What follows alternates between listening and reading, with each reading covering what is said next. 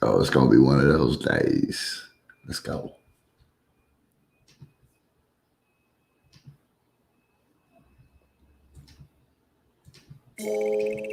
Whoa! Regime the black. What just happened? This never was supposed to happen. This was supposed to happen. There we go.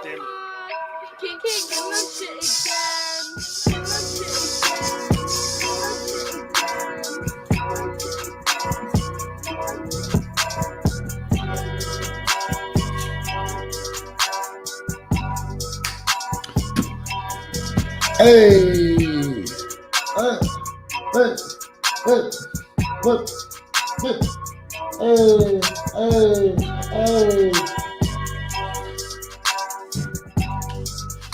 I can do this fucking show like what now? I can't just rap at the beginning of my own show. Why do I gotta borrow this bro? Then I can just do my own thing. Then I can just do my own. Get out, whole bunch of minutes. Meet up the phone like some scavengers. So I shouldn't be rapping. I got passengers. I love Jesus Christ and Bible passages. My girl so fly, she have a Merlin. She love the majesty like Merlin. And the boss like a Laker, Irvin. Should've kept it clean like this detergent. I let the cat out the bag. Naked and let the dick out the sack. Let it breathe.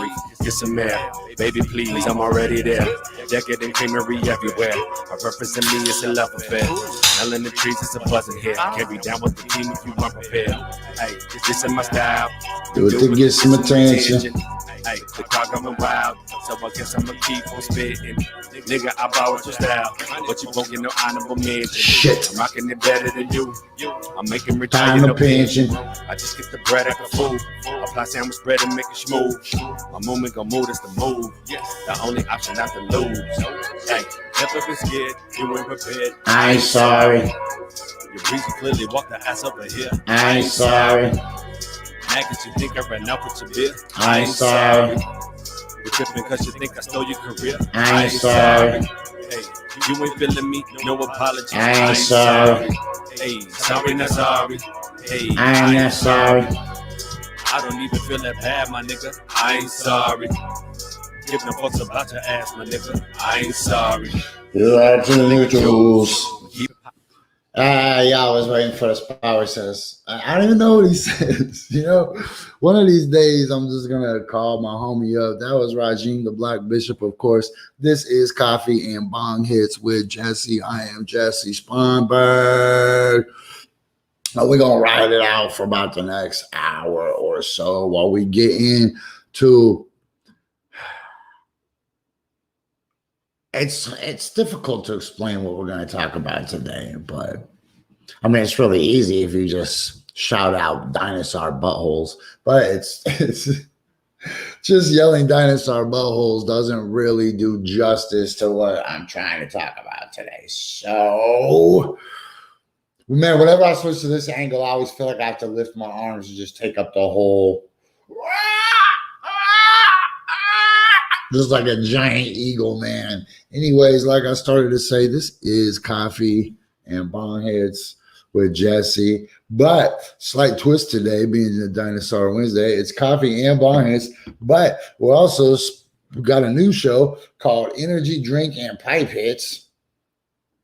Followed by another new show called Nicotine Vapes and a Lighter in My Pocket for No Reason.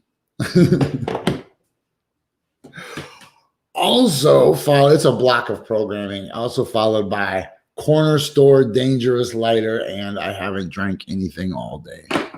So that new block of programming is like TGI Fridays, back when they have Full House and Urkel on at the same time. Yo, we are going to talk about dinosaur buttholes today, though. I assure you of that. I assure you. Karen was like, why? You know, like, well, that's the weirdest question in the world. Why?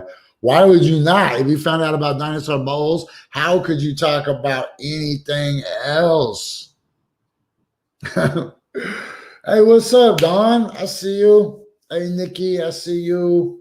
Yo, there's a whole article about dinosaur buttholes up, but it kept spinning, so I took it down off the desktop. Okay. The other thing we're going to talk about is another planet that humans could probably live on, which means not you, Shit, you guys can't even go to Disneyland every year. How you going to go to another planet? Let me tell you this. If you only own one house, you are not going to be able to go to whatever planet this is. So you might as well just switch to watching cartoons or whatever. We're going to talk about Ted Wheeler starting a mayor gang. I understand that. We're going to talk about Ted Wheeler starting a mayor gang. Him and Sam Adams are terrorizing the streets, man. And it turns out that the dude that they hemmed up wasn't just some sucker, wasn't just some crazy person off the streets. The man that got gaffled by Sam Adams and Ted Wheeler, it turns out he's a prominent attorney in town. And actually, a plot twist, just like Ted, he's a silver spooner himself. People on the internet keep calling him the heir to the Alpenrose dairy empire, while Ted is the heir to the pencil neck geek timber empire. Man, imagine. Oh, damn. I'm looking at a jet, y'all. Holy shit.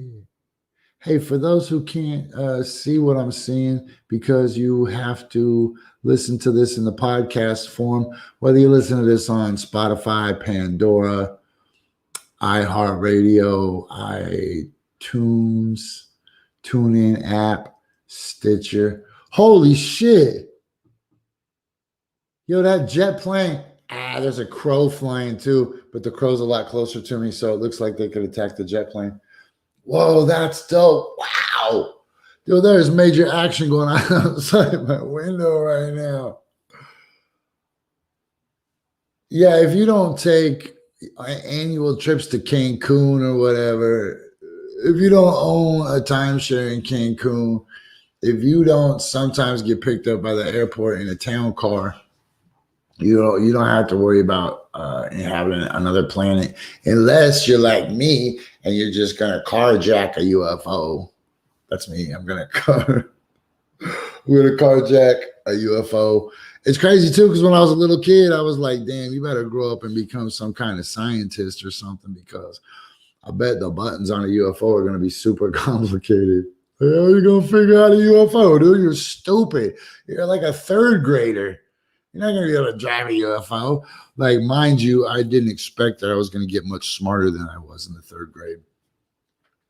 Turns out you guys didn't get much smarter than I was in the third grade, but I continued to excel as an intellectual. And now look, here I am. So if you're listening to this on a podcast service, I can't show you what I just saw, but I just watched, I'm pretty sure it was Top Gun, because his partner died, right? So I think it was Tom Cruise. I think it was Iceman and not Goose. But one Top Gun just flew by my bedroom window, or this is my bedroom window, the office window of the museum. Remember, we're in a museum. So anyways, a real like F1 fighter or whatever. Jessie, that's not an F1. That's actually an F12 Black Hawk, a Sky Ranger 4. Like, I don't know, nerd. All I know is Tom Cruise is super short, and that's your hero, so F off while I drink this coffee. Let's switch it up to the energy drink. Okay, this is the part of the show where I'm supposed to give you the speech about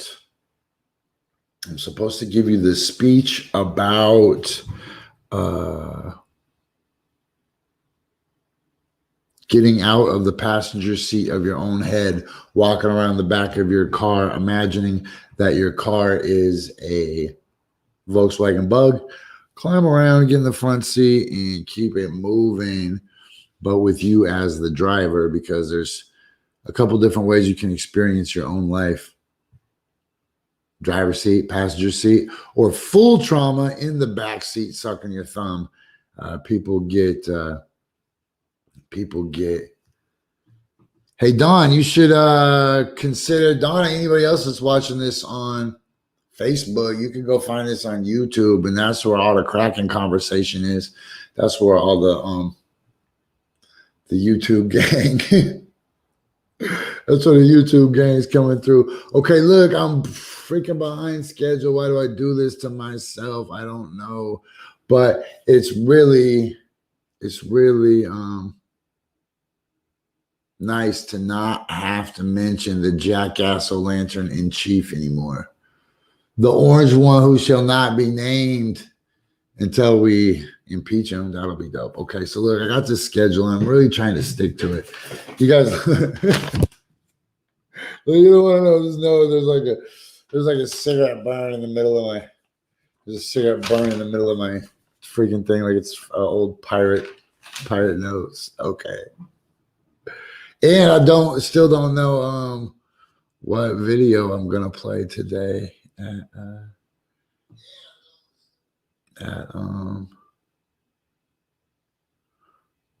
you know what we should do is, instead of playing music videos every day, we should just watch these videos, these like aura boosting. Watch, let me show you something. Shit like this. Watch this. Boom, boom.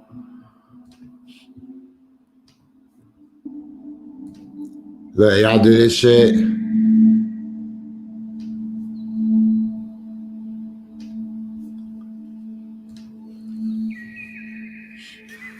Then you could just zen out while you're thinking about the world in the morning. Be like, all right. 65 million years ago, a dinosaur had a butthole. And all the scientists asked, what was it like? And the people screamed at once, it's 11:11, and we need Reiki.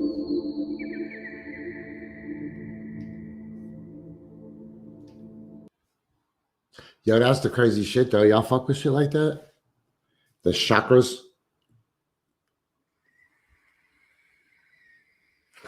Look at that little red one down at the bottom. Little red one at the bottom just looks like it's inflamed. If you didn't see those other, rainbow of the other energy gems, or whatever Thanos has on his infinity, the infinity. Okay, look. It's 10:16. I'm trying to stay on schedule. That means I'm supposed to be smoking right now. How much higher could a guy get, though? I'm pretty sparked this morning, but we can push it to the limit.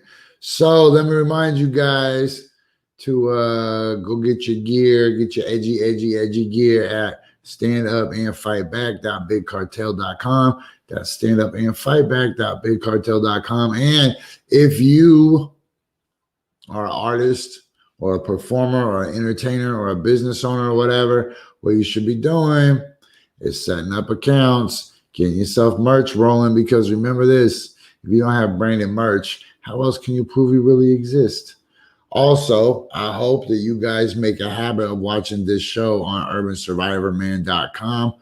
I'm doing my best to hang out as long as I can so that my flute playing will bring as many rats with me when I leave town, like the Pied Piper. If you ain't hip, get hip. That's the Wall Walker logo. You're about to get sick of it when you start seeing it on cereal boxes and soda pops. Everywhere. You're going to be like, man, that logo's dope, but I'm sick of it. All right, don't forget, speaking of stuff you're sick of, Bulico and the 5XL are moving over to Roku with a full television channel. Man, I was supposed to be over there. I was supposed to be... Yo, here's the plug right there, northparkave.com. Roasted to order coffee shipped to your door. That's what I need. Two things. One, I need that sponsorship. You guys should hook me up with an affiliate And then every time somebody buys coffee from you, I'll get 3 beans.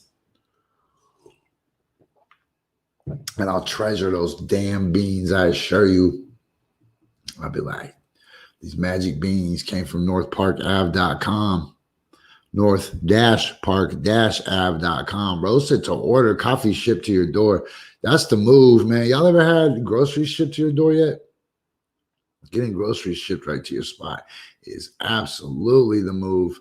I was looking for the one plug so that I can remind you guys that you should be watching What the Movement When every Sunday. Why? It's dope. Look, you know what? I could explain it better than myself. Hold on. Hey, yo, it's Jessie Sponberg. I'm rocking with the movement. You can too. Every Sunday night, 10 p.m. only on KBOO, KBOO 90.7. Yes, y'all, and it don't stop. And speaking of taking off outside of cyberspace, or outside of social media on cyberspace, right? If you're a business that should be pushing merch, t-shirts, koozies, hats, masks. I don't want to say masks, man, but I know that's the first thing all of y'all think. I'm going to get some branded mask merch. Do it. Just whatever. I'm not telling you to do it because it's played out, but hold on. Just look, go get your own condo. Alex tells me, he's like, why do you play that, man? That's not even a good plug. People can't even understand what you're talking about. I'm like, dude, it's in black and white, though, and that really adds a lot to my show. So if you don't believe me in color, believe me in black and white. Hold up. Renting space in cyberspace, renting an apartment from Zuckerberg is no safer than renting an apartment in Portland, Oregon. Your rents keep going up, your accommodations keep going down, the neighborhood keeps getting worse.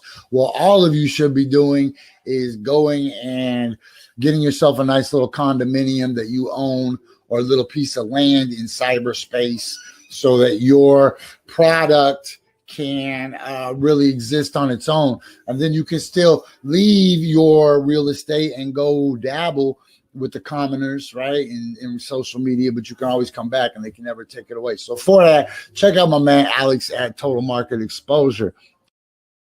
What? And don't forget about Fight Lounge, got that merch, right?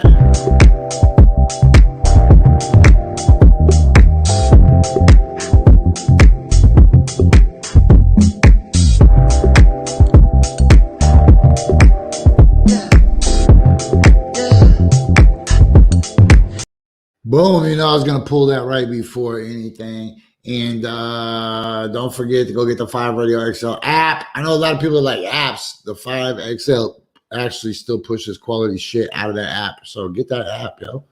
New music coming up. And went right back. Now this is G-Eazy. It's your boy, you got the king. These brand new don't step on my business. I'ma hit that if she let me. They don't like how I talk that. What's going on? This is Drizzy. I gotta represent. Hey. It's a rolling, not a stopwatch. Don't ever stop. Have you ever seen a crowd going apeshit? Yeah, y'all, this Jay-Z. All right, word. Check this out. This is going to trip you out. Boom. Let's do this. Exclusive. Proud Boys leader. Their leader, yo. This is the dude that's making all the decisions for him these days. I forgot to even mention this. I forgot to even mention this in the beginning. I knew about this too. I was sitting on this. You know, what's funny is Karen scooped me on this. I was like, hey, babe, you should check out this article. And she was like, oh, seen it. And I was just like, oh, well, why don't you just do the damn show then? Obviously, I have no unique value to contribute, and I'm highly replaceable. Look, Proud Boys leader was prolific informer for law enforcement. We're going to go through this. Oh, yeah, I got to smoke first. Hold on. Damn it. Like I'm mad about smoking. Hold on. That's where I was going with it. Okay, so look, guys. First of all, if you are in the market for a high-quality pest remediation solution that's also cuddly and you can spend time with the whole family, get anteater. Anteaters are good for eating potato bugs, termites, daddy long legs, cockroaches, black widows, small lizards, crickets, grasshoppers. I don't know, man. All the things, though. All the things get an anteater. Sorry, I'm super sidetracked right now. Plugging the anteater. You'd think that anteater was paying me to run those ads with the amount of stress that he gives me, trying to make sure I do his read. Okay, look, this is what I want to know. This is the only thing I care about, really. Oh, yo, check this out, man. There's a brand new dispensary in my neighborhood. Ran by, this is so crazy. It's like the perfect dispensary. It's right up the street from the house. You can actually go in there. I've been to so many dispensaries in the last couple months that you walk up to the window and they only let you look at this list, and it's just numbers and it's overwhelming. But instead, Karen and I yesterday, we went to this new dispensary in town. It's just a short walk from my house, conveniently located for a lot of Portland. And sorry, trying to catch my breath. All right, hold on. Hey, so check this out. Yesterday, Karen and I went to this brand new dispensary that opened, and it was perfect. It's everything I want in a dispensary. I'm tired of going to these places where I either can't see the product because it's too far away on a shelf, or I can't see it at all because they're running it like a fireworks stand. Instead, this new place right up the street, I can't remember the name of it, but I bet once they start paying me, I'll be able to remember it. You can see the product. The customer service is impeccable, and the people behind the counter were so knowledgeable. Like, I'm decently knowledgeable, but I was honest. I was like, I don't really speak this language. And they made both Karen and I feel really comfortable. We felt like we made highly informed decisions. We came home, we were happy with our purchase. Woke up today, we're happy with our purchase. And we'd love to encourage you guys to check it out. Right now, they got 30% off the entire store just to get you in the door so that you can check out their high level of customer service and product. I'm smoking right now some Chem D by the plant. But I got like 4 different kinds and a couple cartridges, and it was all 30% off. It's great. I'll tell you about the name of the place when I remember it. Hold on. Oh, I forgot to ask. What are you smoking this morning?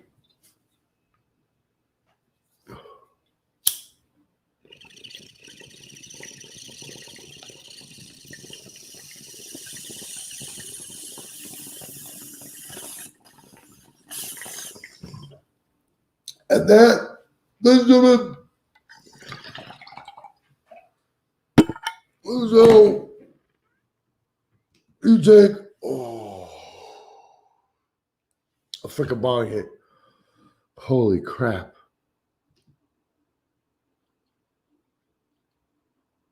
What? Finna got the watermelon gelato.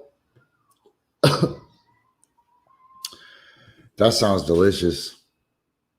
Elvon got that blue magoo.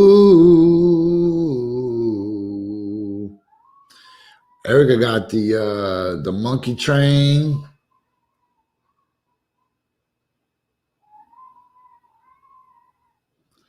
Yo, there's a crazy noise coming from out my window. Either some child in the neighborhood is screaming, or a monkey is trapped in a bear trap, or a Sasquatch just recently gave birth. What? My man Corey Cashburn got the purple punch. Man, I looked at that purple punch yesterday. I don't know why I didn't get it. So yeah, I'm excited to tell you guys about the new dispensary up the street. Hopefully they'll throw me some money so I can just talk about them all day. But if not, then I'll just tell you guys what a great experience it was without saying their name. No, if I remember their name right now, I would totally just tell you. I wouldn't even think twice about it. But I forgot it. But like I said, remember in the Middle Ages, they would give you In the Middle Ages, they would give you indulgences. You could buy them. Like if you knew you're about to go sin, they could just go to see the local bishop or the local friar or whoever was in charge of the tickets to heaven, right? Back in those days, illiterate people believed a lot of stuff. So they'll be like, well, I'm planning on doing some stuff this weekend that the Lord might frown upon. Do you think maybe I could buy some forgiveness in advance? And they would sell that. They would say, well, I'm not saying you should go sin, but I'm saying if you were to help put a new roof on the church, then maybe the Lord could see to it to forgive you. I'll talk to him on your behalf, brother. And then dudes would just go out and do just nasty, whatever, right? So, and then be like, oh, well, I bought indulgences from the local representative of the church. So, anyways, I didn't know where I was going with that. I swear to God, I will focus. Whoa. Man, I'm having a hard time keeping up with all the comments this morning because I'm trying to get to these stories. But when we come back, I swear to God, I'll refocus. The leader of the Proud Boys is a snitch. Ted Wheeler's starting a mayor gang. Dinosaurs have buttholes, and a new planet you can live on has been discovered. When I say you can live on it, I do not mean you. I just mean like hypothetically you can live on it. Okay, remember this. If you want something to meditate on, you should deeply meditate on the life of Red Panda. Was she an excellent unicyclist that got into bull flipping, or was she a world-class bull flipper who was challenged to pick up the unicycle? I don't know, but that's one of the things I think about every day. And as soon as Red Panda's back, we're going to revisit it and we're going to pick it back up. And then we're going to play a dope local video. If you ain't already seen it, get privy. All right. It's probably going to be that new Anthony Rivera because I played it the other day and the download was corrupt. I'll explain it all later. All right. Look, this is Coffee Bong Hits with Jessie. I am Jessie. And I'll be right back to you after this commercial break. I'll talk some shit to you. Huh?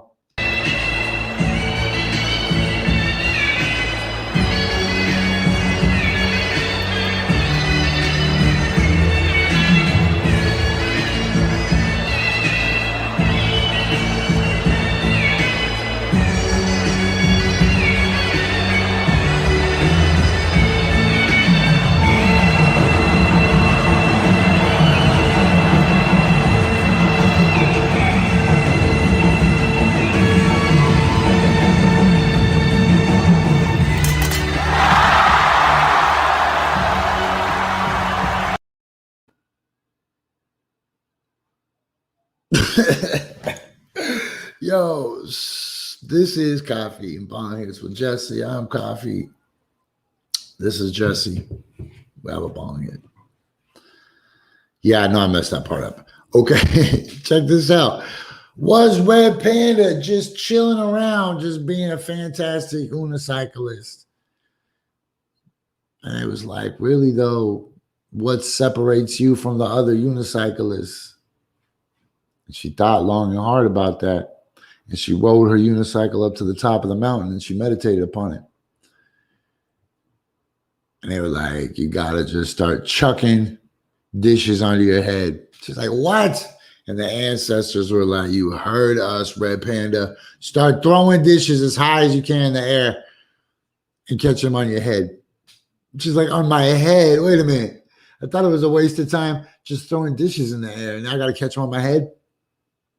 And then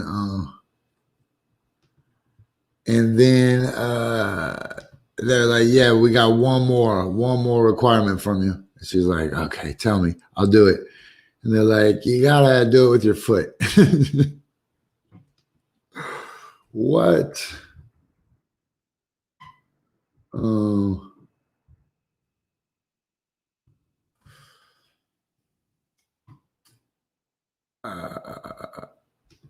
So then Red Panda grew up and she learned to be the best.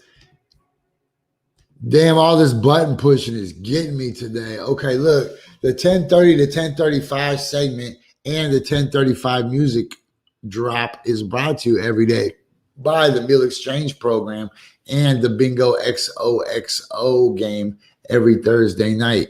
I know you're like, Jesse, why would I play bingo on a Thursday night? One, it's a pandemic and you're supposed to be at home. Two, because the growth of this game is directly proportionate to the growth of the Meal Exchange, right? So throwing your energy into there every Thursday night is some fellowship. This is bigger than bingo. Oh my God, I did not just say that. But yeah, it's bigger than bingo. Yo, shout out to the old people who just got super salty when I said that. They like just stopped in their tracks. They were probably doing a crossword puzzle and they just heard me say bigger than bingo. And they're like, what? Just gonna snarl like everything. Like their old phonograph just scratched. It's silent. The temperature in that old lady's house goes from 88 to like 91. Starts smoking out the ears. What did he say? Her husband's just like trembling, like, no, dear, he didn't mean it. He didn't mean it. He doesn't know what he said. Bigger than what? He didn't mean it, dear. He didn't mean it, dear. Nothing is bigger than bingo. Hey, I think that's real, man. If you've ever been a member of the Eagles Lodge or the Elks Club or another fraternal gang, then you probably do understand that nothing is bigger than bingo. Okay, look, I know I got to get into that story about the Proud Boy snitch, about Ted Wheeler starting a mayor gang, and about dinosaur buttholes. But first, it's 10:35. Mealexchange.com with an X in the middle. Mealexchange.com. Get change, take change, make change. Ought to change things. Okay, let's we're gonna drop this Anthony Rivera because whoa, Vince, stop. Did you just say tribal high stakes bingo? Yo, that's a cold piece. Tribal high stakes bingo. With the lucky trolls, they got the little troll dolls that they put by their shit. Bigger than Jesus, bigger than wrestling. I never lied. Okay, so look, this is Anthony Rivera, and one thing you guys might not know that I do is I put people on just because I'm cool. But one of the things that I'm doing is at the end of every month, I'll put together this little video mixtape kind of like Friday night videos thing where we pull out all the clips of the show, and you'll be like, oh, holy crap, that's pretty dope. Got the little intros, the little outros with real people.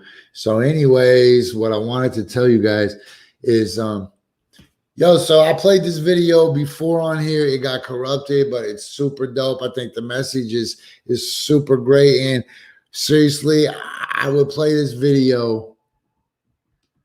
Look, I would play this video every day if I thought that my friends were paying attention and realized that this was probably about them. Yo, G, this really is about you, though. All right, look, this is another Go Ham Films joint. This is Jim Bonus Beats and Jim Bonus Films and Go Ham Films and everything Jimbo does. That dude's the Ferris wheel. This is Anthony Rivera's video, though, and I swear to God, I would play it every day if I thought my friends knew it was about them. All right, word them up, word them up. I'm going to get out the way, all the way. Oh, yeah, that means me.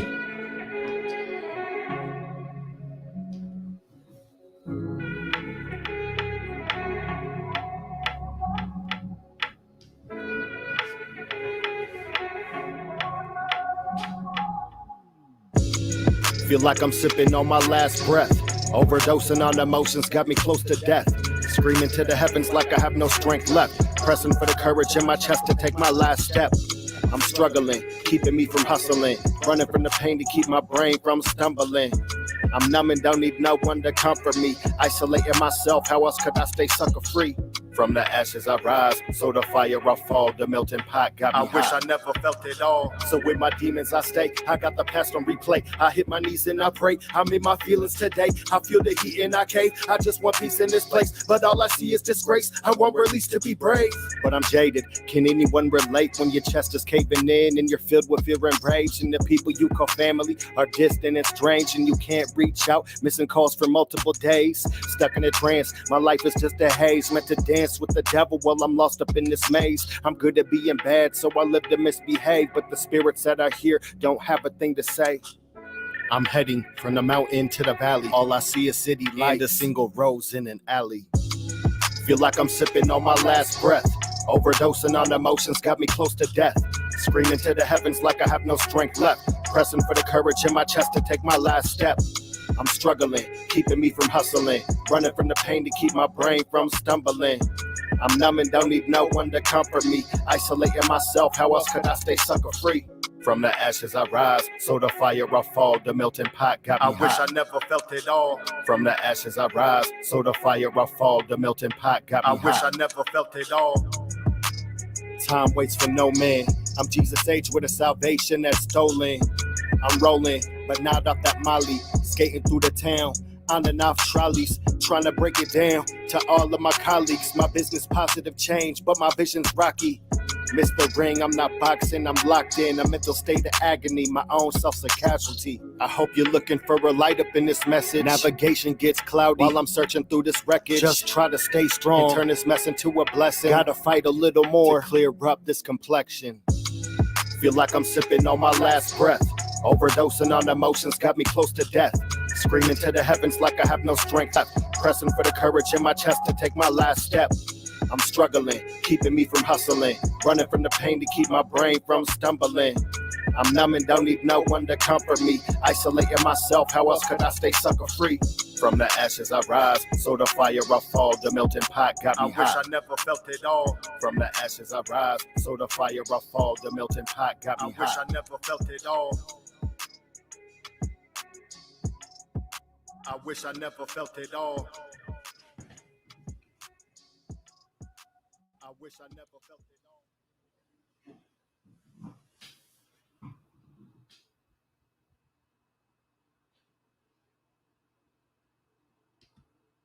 Yo, that's why I dropped the ball last time I had him, man.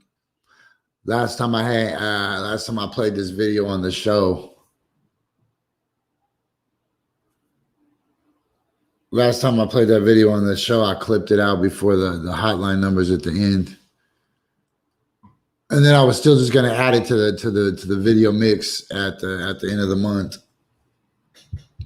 It was crazy, man. I'm going to take this opportunity to remind you guys that you don't have to pull the trigger or put the pills in your mouth to be responsible for your own death, and therefore it's a suicide, right? You want to talk about underreported death statistics. Everybody wants to talk about how the COVID statistics are skewed, man. Yo, think of how many deaths are from just wishing you never felt it all, man. Every one of us, every single one of us are dealing with our mortality.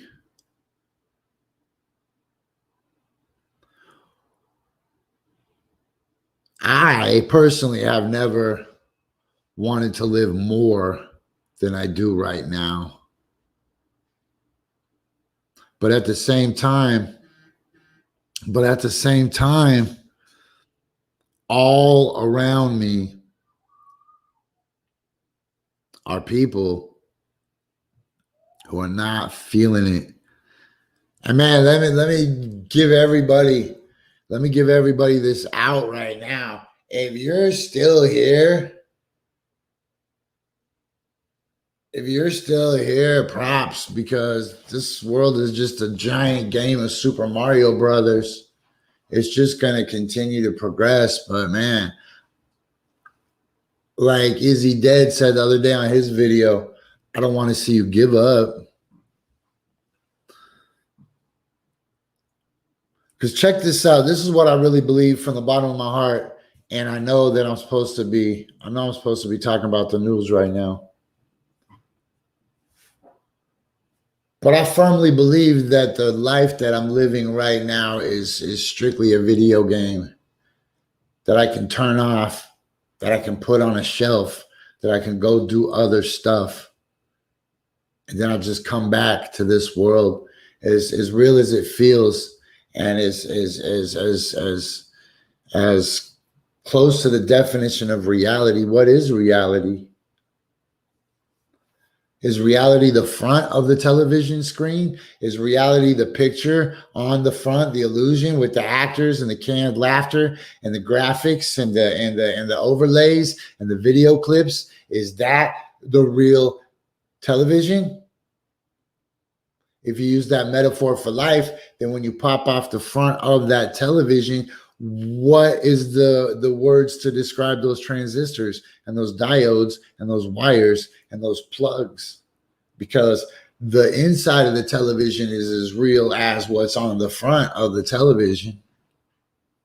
It just depends on whether you're a couch potato or an electrician or a programmer. Think of all the different levels that are on just one television program. All the different facets of how people can perceive that depending on their role within the matrix. Some people work for the programming department. Some people are actors. Some people sell TV guides.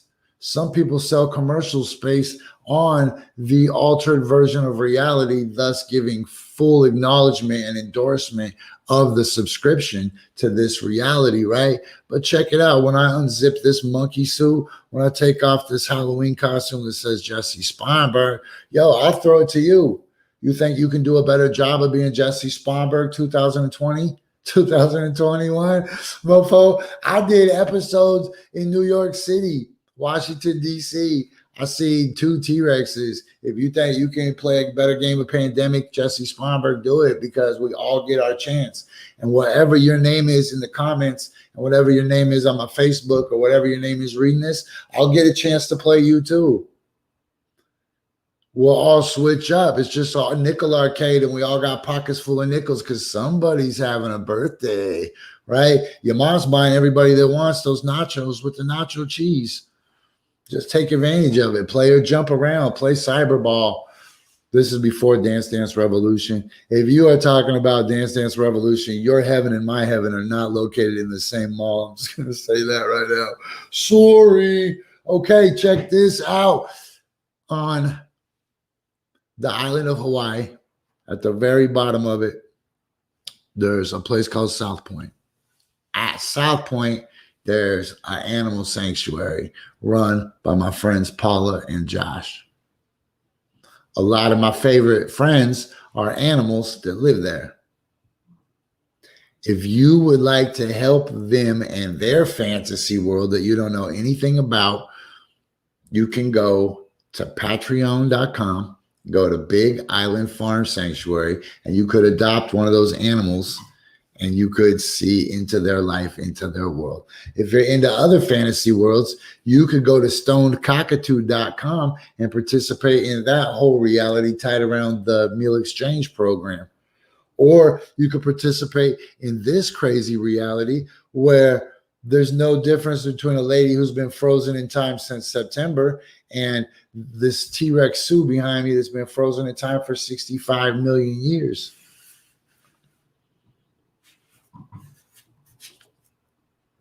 So look, I promised I'd talk about dinosaur buttholes.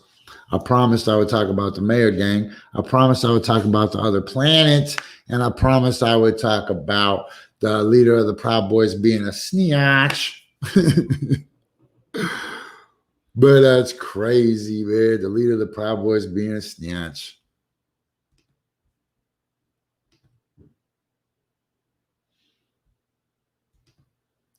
Man, you know, I've sometimes told people, like, bro, you better call the cops right now. Call the cops right now.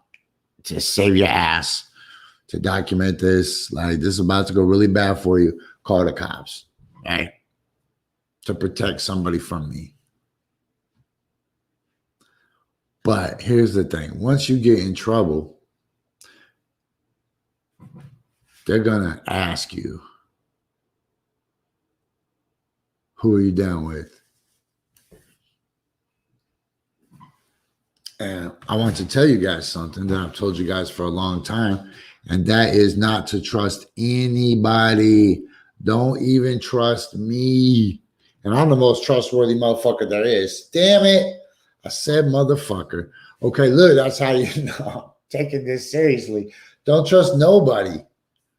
Don't trust nobody. Just assume that everything I'm telling you is just to set you up. Protect your own neck. You don't know. Look, even if you think I trust Jessie Sponberg, you can't trust that I'm Jessie Sponberg. You can't trust that I'm not a hologram with voice identification, recognition, imprint software going on. Right? Where they just copy some particular words and phrases and pluck them from my loquacious vernacular and then assemble them all. You guys don't even understand half the words I say. So if they just jumble them all up in this word salad, you'd be like, damn, that sounds just like Jessie. Just throw in dinosaur buttholes, the word chemtrail a couple times. You'd be like, oh yeah, then you just tune out. You wouldn't know it wasn't me. When was the last time really any of you even saw me on the block? Most of the time, you guys don't even know what planet I mean, not what planet. I guess you don't know what planet I'm on. You don't know what city I'm in. I'll just pop up. I might be in Orlando. I might be in Bismarck. I might be in Oklahoma City. I might be in New Orleans. I might be in... I'm just trying to think of a list of places I've never been to.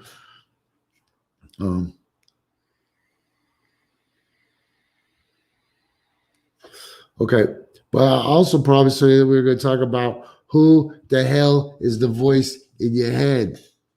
The voice in your head, right? You get the two voices. Okay, I'm jumbled today. So much in such little time. They say 10 minutes. There's no possible way that we could do this in just 10 minutes.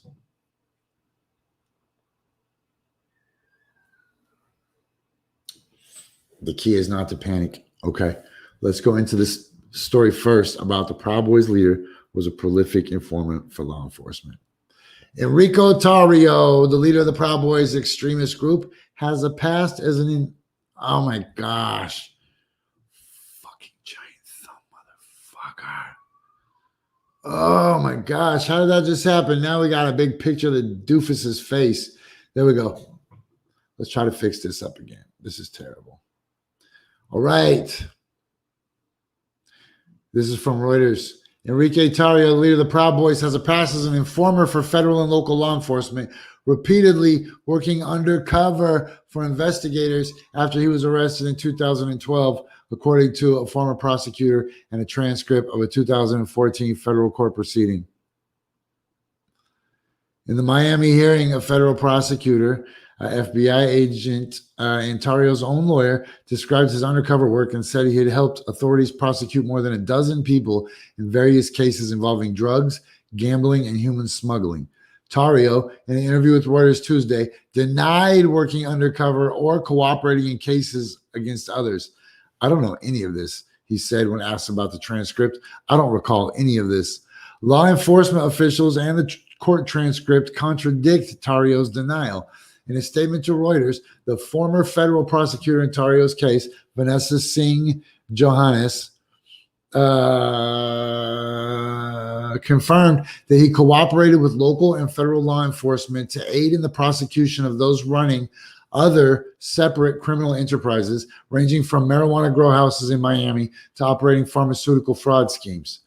Tario 36 is a high-profile figure who organizes and leads the right-wing Proud Boys in their confrontation with those they believe to be Antifa. Look, here's what I want you to do. Here's what I want you to do. And I'm just going to tell you the truth. You guys should all go put in Freedom of Information Acts for everybody that you see out here in the streets leading these protests, leading these marches, leading these actions. You think what? The FBI only threw some dudes up in the Proud Boys?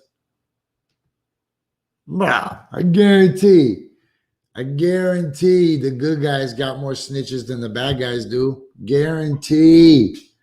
Shit. Remember when all this popped off in Portland at first, when George Floyd reignited the protests, the whole city was following military intelligence people. That whole Rose City Justice thing. Y'all gave all your money to those motherfuckers. Y'all gave all your time. You gave all your energy. You shared all their memes. They marched you downtown and told you to be friends with the cops. They marched you downtown and told you not to be friends with the anti-fascists. They created a whole division, and y'all didn't care because they let you rap at their shows. They built a whole giant movement of terrible rappers, of giving platforms to people who just wanted platforms. Go run their names. Go run my name. Are you going to find out I'm a dickhead that fights cops in real life and I'm never cooperate? Check my file, man. Go check all these people's files. Pull all their whole cards. Pull them all. Pull them.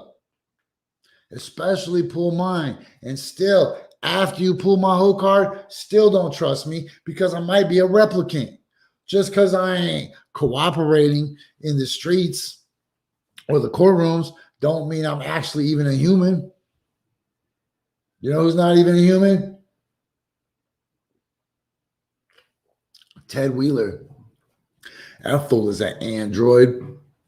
That fool ain't nothing but a smart bot. He just says what he thinks anybody wants to hear. He just turns and puts on the interpreter software and just says whatever he thinks people want to hear in whatever language that he thinks that they speak. He's a chameleon, that Ted Wheeler. But I want to tell you what he's doing right now is he is starting a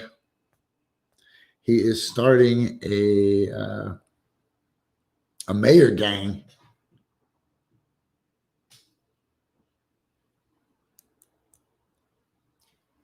And the first new recruit, his partner in the mayor gang, is Sam Adams, a known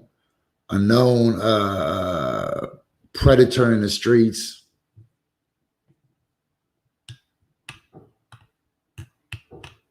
We're not even going to get into dinosaur buttholes today. And I do want to just run through the stop sign and just crank out another half hour or whatever. But I got a lot of work to do today. Okay, let me know. If I get 5 people in the comments that type dinosaur buttholes, then we'll run through the stop sign and we will talk about dinosaur buttholes, the other planet that you won't be able to afford to go to, and where does the voice in your head come from? That's what we're supposed to talk about all day. That voice in my head that goes, ooh, dude, don't go in there. Dude, the moon's fake. Oh, dude, move to,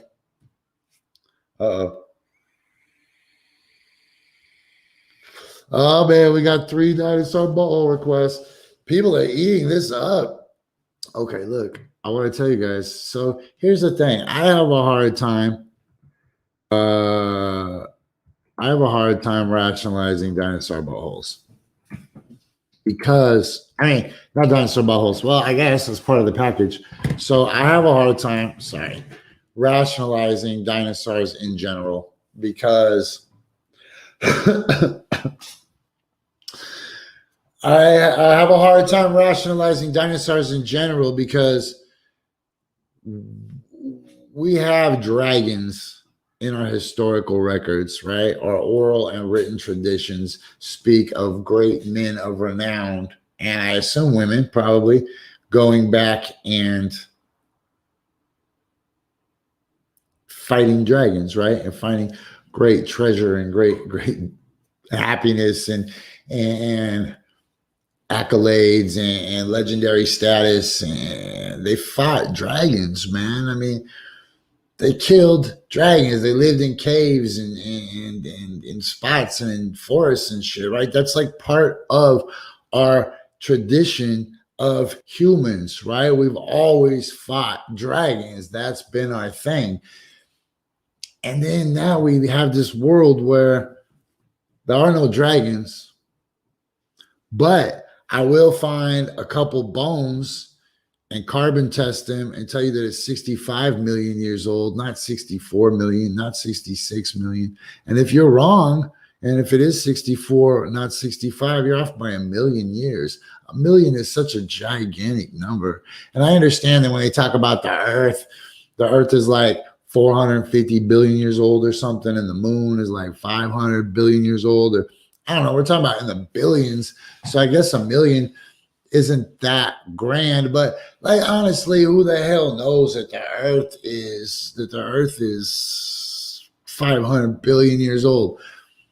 We're trusting the same style of people who laughed when it was suggested that brown people had advanced civilizations, right? We're trusting the same people who wear powdered wigs and burn witches at the stake because science, right? I know that was religion, but it's the same style of dudes. Okay, look, it's the top of the hour. Normally we would be tapped out by now, but we're going to run through it. But first, I definitely have to take a bong hit. And while I take this bong hit, I want to tell you guys about the brand new dispensary that just opened up the street from my house. I'm so excited about it. I don't remember the name, but the selection, the customer service, the cleanliness, and the patience of the clerks that helped me and the knowledge of them was incredible. I finally felt like I was at Cadigan's Corner, but without being at Cadigan's Corner, right? You go to Cadigan's Corner or Cannabis Corner over where Darcy is, that's the highest level of customer service and selection that you can get, right? You can look at the pot with your own eyes and they don't push you far away. Whereas so many times I've been in a desperate situation to have to go to a dispensary like over by Alex's. Holy smokes, if you go anywhere else by 82nd, the selection's terrible. The customer service is crap. The parking is awful. This new place by my house is a dream come true. I can't believe I keep manifesting all this shit. And the best part is everything is 30% off right now. Everything. All their cartridges, all their flour, all their huge selection of medibles. They have live resin in the cooler. And the lady that helped me really knew what she was talking about. So I would go there if I was you, and I could be you because aren't we all the ant and the anteater? Okay. Anyways, let me just choke this down. Then we'll go back to dinosaur balls. I swear to God, you guys are going to be like, wait a minute. I still got to go back to the Proud Boy guy. See, I have ADD so bad. I can't stay on task. And I hate calling it ADD because you can't really put me in a box like that. I'm like not a clinical ADD person. I'm just suffering from situational attention deficit. Now, is it a disorder? Whatever.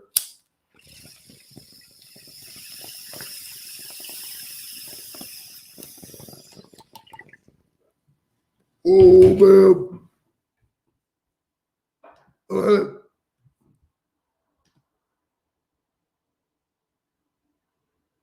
Where is it located?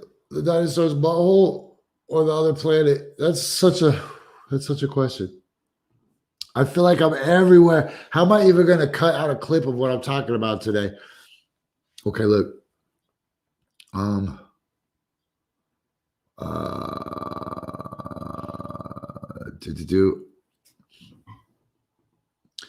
So I didn't cough.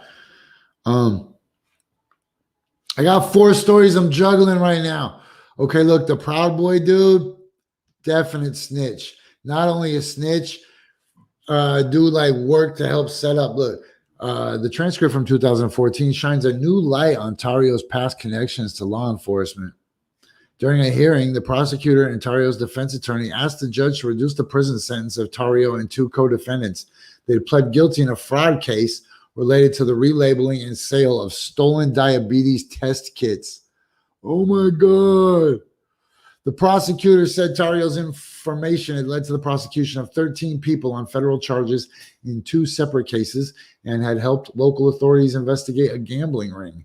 Tario's then lawyer, Jeffrey Filer, said in a court that his client had worked undercover in numerous investigations, one involving the sale of anabolic steroids, another regarding wholesale prescription narcotics, and a third targeting human smuggling. He said Tario helped police undercover 3 marijuana grow houses and was a prolific cooperator. In the smuggling case, Tario, at his own risk in an undercover role, met and negotiated to pay $11,000 to members of that ring to bring in fictitious family members of his from another country. Holy shit. This is crazy. In an interview, Filer said he did not recall details about the case, but added, the information I provided to the court was based on information provided to me by law enforcement and the prosecutor. An FBI agent at the hearing called Tario a key component in local police investigations involving marijuana, cocaine, and MDMA or ecstasy. The Miami FBI office declined to comment. There is no evidence that Tario has cooperated with authorities since then. In interviews with Reuters, however, he said that before rallies in various cities, he would let police departments know of the Proud Boys' plans. It is unclear if this was actually the case. Oh my gosh. Holy shit. Oh my gosh, this is too much. Tario on Tuesday acknowledged that his fraud sentence was reduced from 30 months to 16 months, but insisted that the leniency was provided only because he and his co-defendants helped investigators clear up questions about his own case. He said he never helped investigate others. Though that comment contrasts with statements made in court by the prosecutor, his lawyer, and the FBI. The judge in the case, Joan A. Leonard, said Tario provided substantial assistance to the investigation and prosecution of other persons involved in criminal conduct. As Trump supporters challenged the Republicans' election loss in often violent demonstrations, Tario stood out for his swagger as he led crowds of mostly white Proud Boys in a series of confrontations and street balls in Washington, D.C., Portland, Oregon, and elsewhere. Wow, does that sound familiar? Does that sound familiar? Does that sound familiar? Man, look, I'm going to tell y'all. Pull the hoe cards on everybody. Pull mine especially. You don't never see no shit like that. Ever. Ever. Go check every Facebook Messenger message I've ever sent. Ever. Go read every email I've ever sent. Now go check your heroes. That's all I'm saying, man. When you start pulling people's cards, a lot of your heroes are going to turn into villains, right?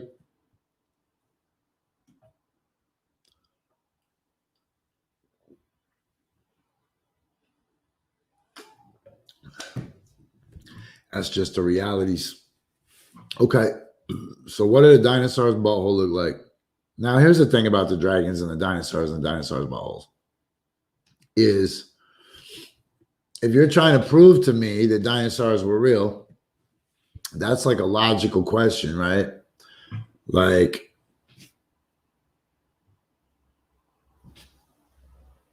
if you say to me, Jessie, we got dinosaurs, I'm going to say, oh yeah, what their buttholes look like? And if you can't tell me, then I'm just like, all right, come back when you can tell me what a dinosaur's butthole look like. Not because I'm particularly interested in a dinosaur's butthole, but I just feel like that's a level of identification that is a little better than just finding a femur or part of a toe bone or something and then constructing a whole dinosaur. Like, oh, let me make sure that you guys understand. I'm down with dinosaurs. I believe in dinosaurs. I think there were giant monsters that kicked it on this planet. I really do. And I understand how the half-life processes work with the breakdown of the carbon. Enough to understand that I got no business in a conversation about C14 dating, right?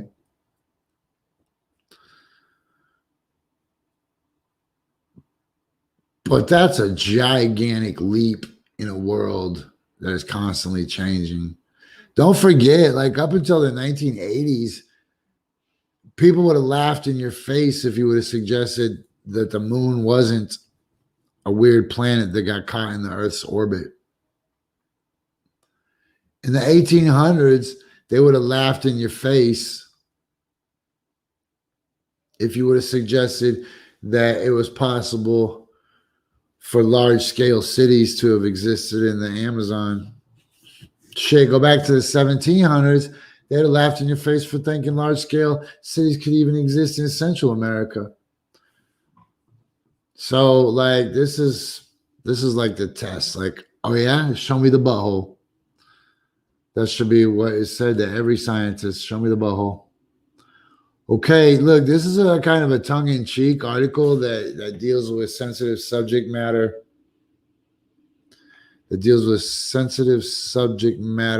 Hey, Amy, I see your comment. Where did you see a pterodactyl fossil before? Damn, can y'all hear the 1109 train? I hear the train coming. It's rolling down the bend. All right.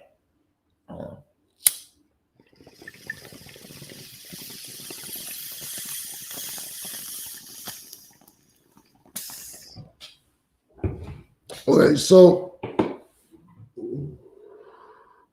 this article says, for the entirety of my career as a journalist covering paleontology, I've been wanting to know, what does a dinosaur's butthole look like? When I wrote my beloved Brontosaurus, a book about dinosaur biology, the chapter on reproduction required a lot of time imagining the nature of a Jurassic behind. One had yet to be found preserved. Even dinosaur models and sculptures often demur on the point of the dino butt, leaving the terrible lizards with terrible constipation. I don't know if I'm going to be able to read this. Now we finally have a clearer view thanks to a fossil of a horned dinosaur called Psittacosaurus earlier this month. These dinosaurs, which lived over 100 million years ago in what is now northeastern China, were odd little creatures. Man, look, yo, think how insignificant you are. Think how insignificant you are when there's a news article about the dinosaur's butthole that lived over 100 million years ago in China. And you ain't never, ever had one news article written about you. That's so mind-blowing. That one dinosaur was just walking around having no idea he was sitting on the golden butthole.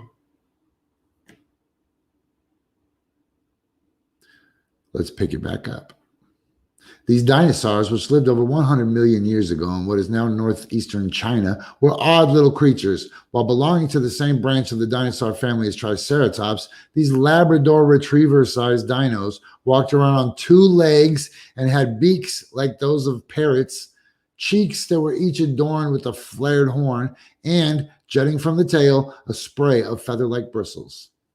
Now, we also know that they had buttholes like those of crocodiles. I feel like this is an appropriate time to ask, probably the only appropriate time to ask this question. If I don't know that much about crocodile buttholes, am I going to be able to follow the rest of this conversation?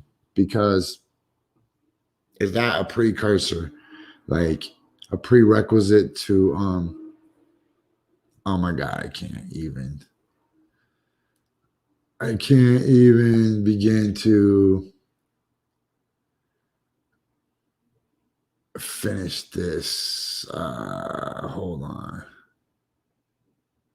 Okay.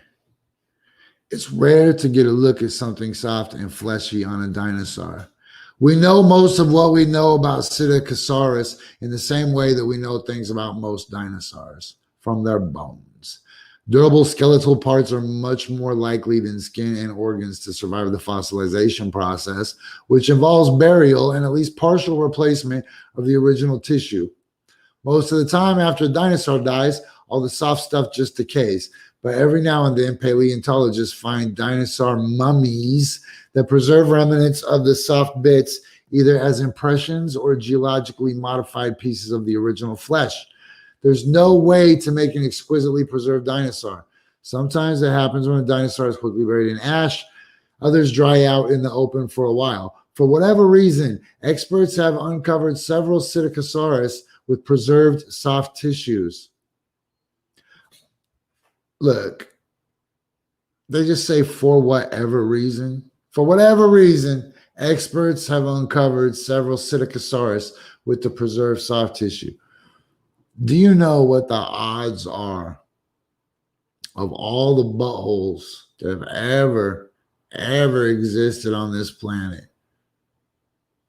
From tiny Labrador-sized Psittacosauruses with their well-preserved soft butthole tissue, to small little mice, to humans, to elephants, to fish, to snakes, to lizards, to pooping bugs, to dropping, plopping birds.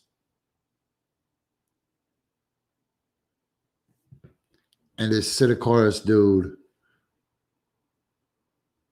and his butthole. They're like, don't give up, butthole. Your day is coming. You're going to be a star. And every day that butthole was like, is today the day? Is today the day I'm going to be a star? Well, you know what? It might have taken you 100 million years old, Psittacosaurus, but today you are a star. So remember that, humans. It took Psittacosaurus's butthole 100 million years old to get a story written about him. If you're 40, 50, 60 years old, and they Google your name and somebody else comes up, don't give up hope. It might take you 100 million years, but you could be a Psittacosaurus butthole level of celebrity. Plus, dude, if you just use the term dinosaur mummies, okay.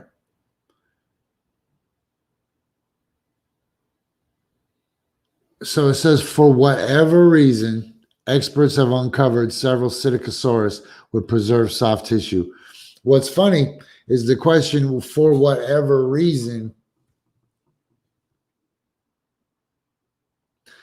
is double-edged. Like, for whatever reason, the dinosaur buttholes were preserved, or for whatever reason, these dudes were checking them out. I feel like that could be both, right?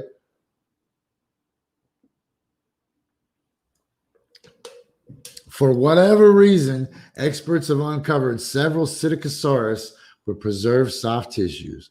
The fossilization of some of these specimens is so refined that we even know what color these dinosaurs were. Brown on top and lighter along the belly. The new fossil is one of the more detailed ones. It includes patches of skin and scales, as well as the ornamental bristles on the tail. And the most remarkable part is the patch of tissue between the hips and the base of the tail, aka a butt. AKA a butt. Somebody should just screenshot that and make that their profile pic. aka a butt. I can't believe we're just continuing to talk about this. Okay, so the actual description of the butthole, which appears in a paper that hasn't yet been peer reviewed. Oh my gosh. Now you got to go find some peers that are also appearing in the buttholes, peer reviewed. Like, how do you find that? All right, butthole enthusiasts. I'm looking for a couple people that think they're on my level of butthole enthusiasm. I consider you peers. The actual description of the butthole, which appears in a paper that hasn't yet been peer reviewed, makes me have sympathy for a dinosaur that probably didn't expect to have its posterior formally presented in the technical literature over 100 million years after its death. On the fossil, just below the tail, the butthole appears as a blackish mottled ovoid area. Somebody Google ovoid real quick. The paleontologists write, the image is on page 4 of the PDF found at this link. I feel like we should pick that up tomorrow. To the naked eye, the spot looks like a series of dark stacked bands running between the base of the tail and hip bones, clearly differentiated from the skin around it. What those bands mean, the paper tells us, is that Psittacosaurus had a downstairs setup known as a cloaca.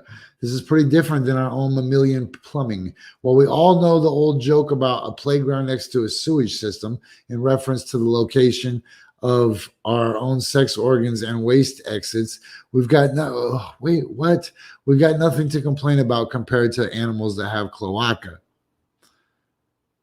This orifice, its very name meaning sewer, is the only opening the reproductive, urinary, and excretory systems.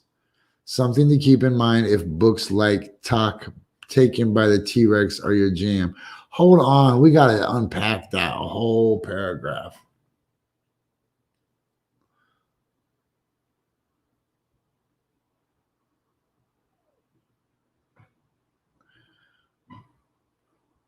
Okay, I just want to challenge this one thing. Well, while we all know the old joke about a playground next to a sewage system, I never heard that one. I thought I knew most of the jokes. I thought I was hip. A playground next to a sewage system. I swear to God, I don't want you guys to think I'm being puritanical right now, but I really have never heard that joke. Okay. And then it says, in reference to the location of our own sex organs and waste exits. I don't think I'm going to be able to come back from that, actually. I guarantee if I would have heard that before, that would have been seared into my thoughts. Like, wow, yeah. You're right. You're right. Okay, this orifice is very, oh my gosh. Remember, this is science. If you guys are like, Jesse, your show is devolved into barely a step above the South Park level of sophomoric jokes. I'm like, bro, this is Slate. The other one I read was in Live Science, but the other one in Live Science was so tongue-in-cheek, I had to throw it away. Okay, this orifice, its very name meaning sewer, is the only opening for the reproductive, urinary, and excretory systems. The only opening, like last chance, everything, like those gas stations in South Dakota where you can take a shower, you can gas up, you can get your taxes done, you can buy throwing stars. You can get deli food, and there's a Subway, but nobody believes in masks. So anyways, this orifice, its very name meaning sewer, or South Dakota last chance gas station, is the only opening for the reproductive, urinary, and excretory systems. Something to keep in mind if books like Taken by the T-Rex are your jam. By itself, evidence that non-avian dinosaurs had cloacae. It's not a huge shocker. To who? I mean, I admit I wasn't shocked, but to somebody it had to be a shock. It's not a huge shock, maybe. I mean, I bet nobody gasped. Some people probably gasped. There's probably some dudes that are really, really into. That are probably really into. You know what, Corey? I don't have the answers, so I'm gonna just let your comment ride for a minute, and maybe some other paleontologists who happen to find us in podcast form on either Spotify, iTunes, iHeart, and leave us a review. Like his dinosaur critique was crap, but yeah. Hey, Adam, South Dakota Last Chance gas station is absolutely a euphemism for dinosaurs' butthole. Hey, what's funny is they have a giant dinosaur there too, so it's not even like a huge stretch. Okay, I got just a couple minutes more to wrap this up. I can't believe I ran through the stop sign for dinosaur buttholes. But I feel like if I didn't do this on Dinosaur Wednesday, Dinosaur Wednesday is more just about bringing to light the fact that people don't know shit. People don't know shit. But they want to act like they know shit, but they don't know shit. People don't even know who built the Sphinx. People can't get on the same page about anything. And yet we argue over anything. It's ridiculous. By evidence, sorry, can't do that line over. All right. 3, 2, 1. By itself, evidence that non-avian dinosaurs had cloacae. I don't know how to say that word, so we're just going to keep pushing it. It isn't a huge shocker to somebody. While it's possible that future peer review might interpret the fossil differently, see, they have 100 million years to get it right, get it tight.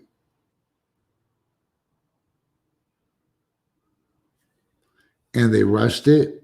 Look at this next line. While it's possible the future peer review might interpret the fossil differently, the placement, color, and wrinkly texture of the tissue all seem to line up with what experts have long expected a dino butt to look like. Living dinosaurs, birds, have cloacae after all. Bird cloacae are round or square and normally covered up by feathers, unless you've ever seen an ostrich evacuate and wondered what the hell you're looking at. Crocodiles and alligators, which are the closest living cousins of dinosaurs, have cloacae that are horizontal slits.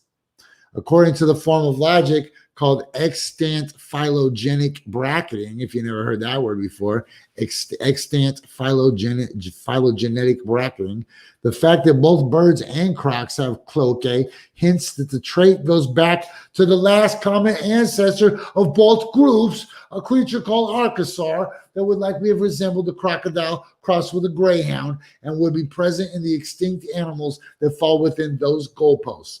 A dinosaur butt, we've long known, should look something like a bird butt or a croc butt, which is exactly what I said to Karen this morning. She said, I thought they looked like, we're going to look like bird butts, but instead they look like crocodile butts. And I was like, oh, babe, no. I think that they would both go back to the last comparable mutual butt slash. Who the hell says a toxic sewage system next to a playground? That is so gross. Okay, look, you guys. I know I didn't get into that other planet, but here's the crazy takeaway. Today we talked about two things. We talked about dinosaur buttholes, and we talked about proud boys that end up being snitches. Two things I want to remind you guys. Every proud boy is a sucker. So to think that he's not a sucker. Oh, damn, there's still a lot left on this article. Hold on. So every proud boy is a sucker. And if you're a sucker, you're a potential snitch because you don't have the intestinal fortitude that makes badass people, right?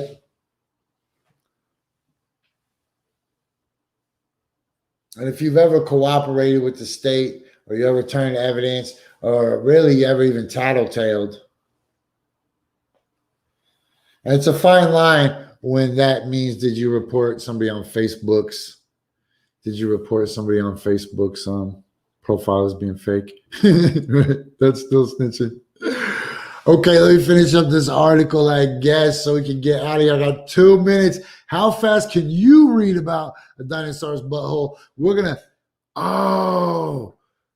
that'll be a fun game show. How fast can you read about a dinosaur's butthole? And take a breath and an educated guess is great, but firm evidence is better. Having a fossilized dinosaur cloaca actually available for study is like finally getting the pony you were always begging for on your birthday. Hard stop. What? Having a fossilized dinosaur butthole actually available for study is like finally getting the pony you were always begging for on your birthday. The entire end goal of paleontology is to envision organisms as they were in their heyday. That involves drawing from what we know about modern animals and comparing that to the information we have so far on extinct dinosaurs and dinosaur relatives, generating cartloads of hypotheses about what a particular feature on a dinosaur might have looked like, and then testing them against what we are lucky enough to find preserved on the ground. This new fossil tells us that not only were we probably right about dinosaurs having cloacae, but that this species had the same word that resembled those of crocodiles in particular. Though the drain pipes stashed behind it itself were not preserved, the penis in this setup, just so you can picture it, extends out of the butthole during mating. This fossil helps us imagine that dinosaurs might have had croc-like genitalia too. In crocodiles, the female clitoris is so large and pronounced that the pink tapering organs can easily be confused for the male's penis. God dang it, why do I keep reading this? Finding genitalia would go a long way towards filling in some dinosaur mysteries. Paleontologists are still perplexed by how dinosaurs mated with those big, thick tails in the way. Did they have to contort into difficult positions to align their butts, or did males have the necessary equipment to bridge the gap? Likewise, knowing more about the other tubes could make sense of the various splats dinosaurs left behind. Holy crap. You know, I mentioned earlier that this was like the South Park level, but this is like the Critter Christmas one. This just continues to get worse and worse. There are sentences that I said in the last paragraph that now seem tame compared to the sentences that I'm saying in this paragraph, yet at the time I said the sentences in the last paragraph, I was at a gasp level of shocked. Now I feel like I'm so numb to this whole conversation that I'm actually kind of psyched up for this next sentence that I'm about to read.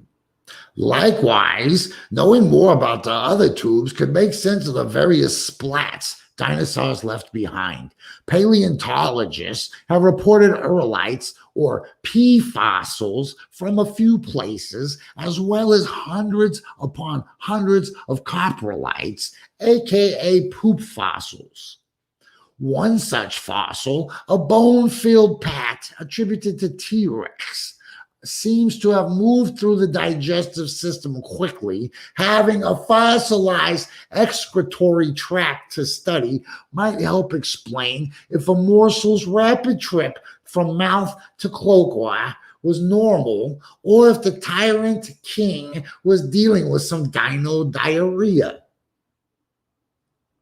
I appreciate the author breaking the third wall and explaining to this where their thinking is, but I'm just going to pick it back up as if I'm not taking omnipotent objectivity. I'm having fun here, but even just a little more information about these organs could help experts better understand the physiology of creatures that lived a long, long time ago. This is the reason I've been sharing figure 1 of the paper where the cloaca appears with everyone I know, not just because of the information it presents or the fact that it's cheeky, we're going to drop back now to a serious tone and hope that they wrap it up with a lesson for everybody.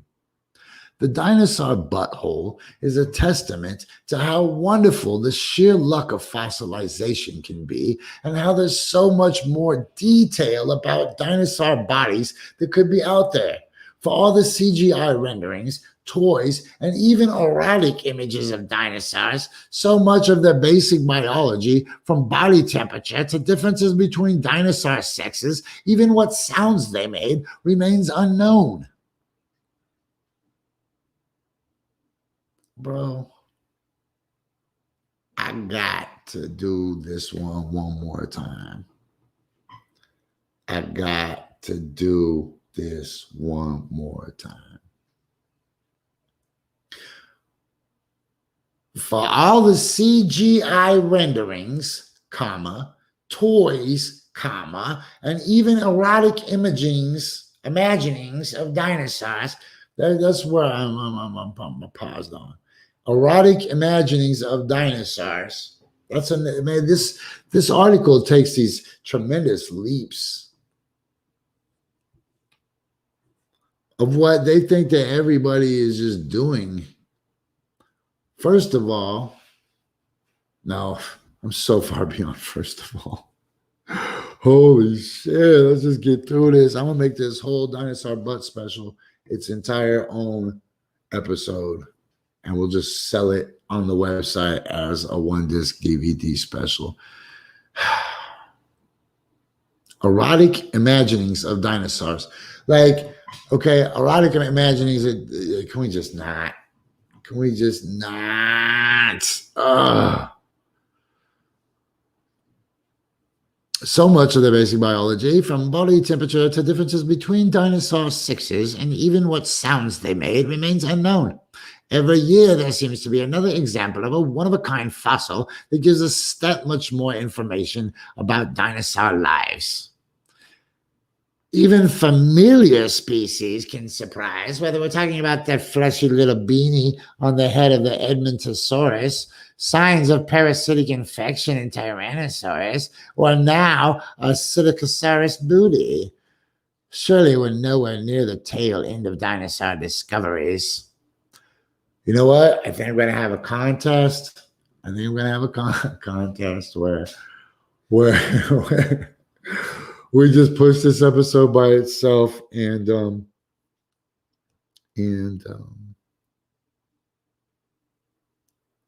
holy crap.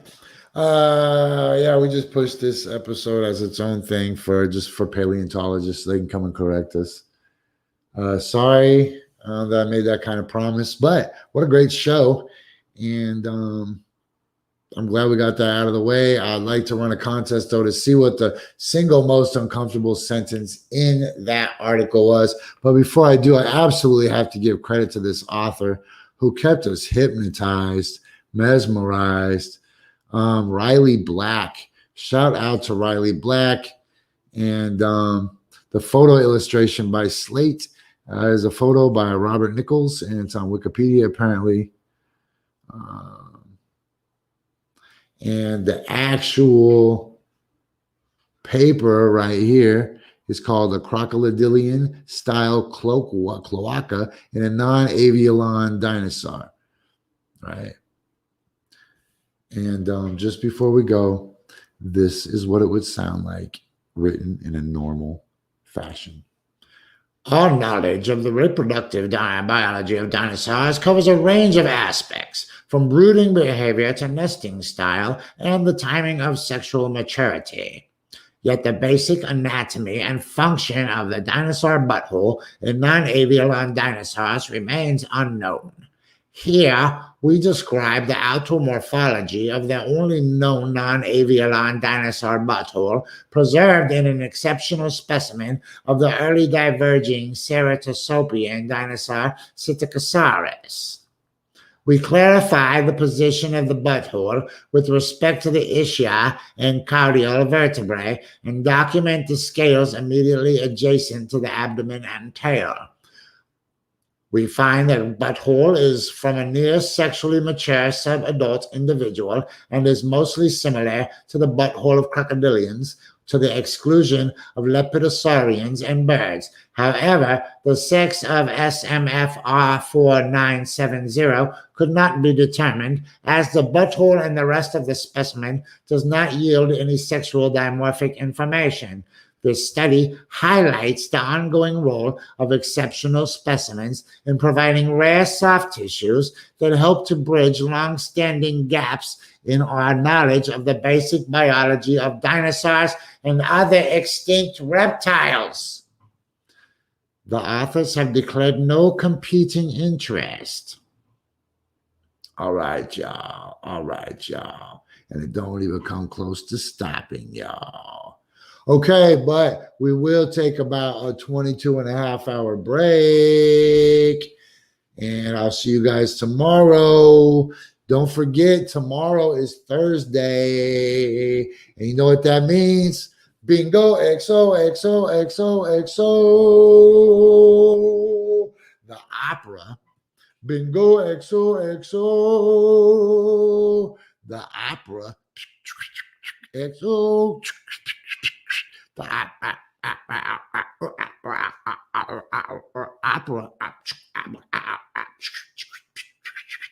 opera. Okay, Bingo XO. My name is Jessie Sparberg. Hit me with the 5,000 G's so I know you're feeling it, stealing it, killing it. I will be back, I swear to God, like 22.5 hours. I don't even know what time.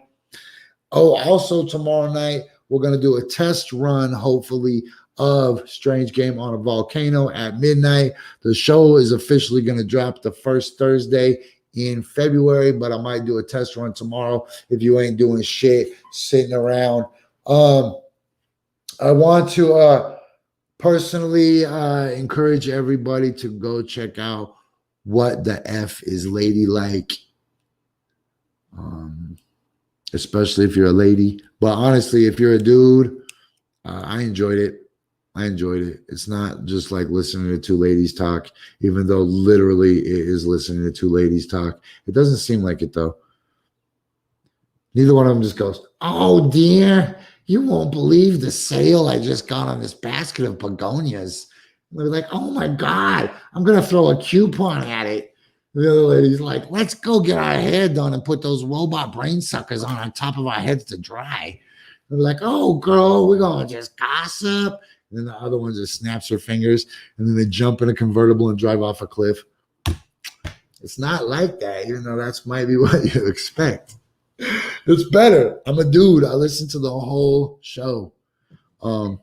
Really, you can find that wherever your podcasts are to be found. And while you're there, you can go find my podcast, which is Coffee and Bong Hits with Jessie, and leave us a 5-star or a 1-star, maybe with a 2-star.